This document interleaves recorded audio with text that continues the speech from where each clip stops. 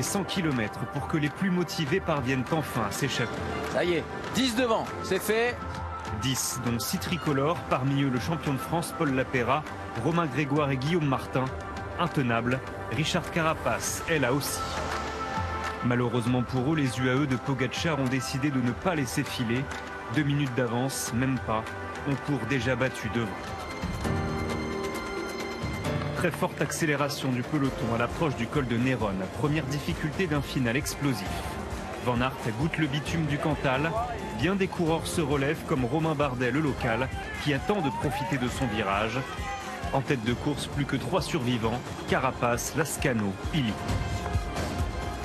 Les pourcentages du Puy-Marie leur sont fatals. Le peloton n'est réduit qu'au grand leader quand Ben Illy est englouti. La course prend une autre dimension. Attaque de Poggi.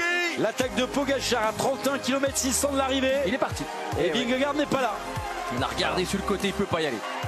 Comme au sommet du Galibier, quelques secondes séparent Pogačar et Vingegaard à la bascule. Le maillot jaune est meilleur descendeur. Malgré une frayeur, il creuse sur ses rivaux.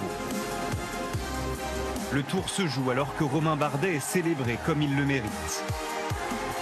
Evenepoel ne peut suivre le rythme de Vingegaard à la poursuite de Pogačar. Le Danois fait aussi sauter Roglič. Le tenant est surmotivé dans le col de Pertus. Il bouge 30 secondes sur le Slovène qui semble douter de son matériel. Il lui dispute même le sprint bonus. Les deux hommes s'allient ensuite. À l'échelon derrière, Roglič et Evenepoel font de même pour limiter l'écart, mais le coureur Red Bull chute dans l'ultime descente. Au Lioran, Vingegaard et Pogačar se disputent un sprint épique. Ce qui compte là, c'est une victoire sur le Tour de France. Et il y a une guerre d'intoxication psychologique entre les deux. Vingegaard jusqu'au bout. Et Vingegaard qui gagne à mon avis. Vingegaard qui gagne devant Pogačar. C'est plus qu'une réponse. Pogačar prend le boomerang Vingegaard sur le casque. Prochain round dans les Pyrénées.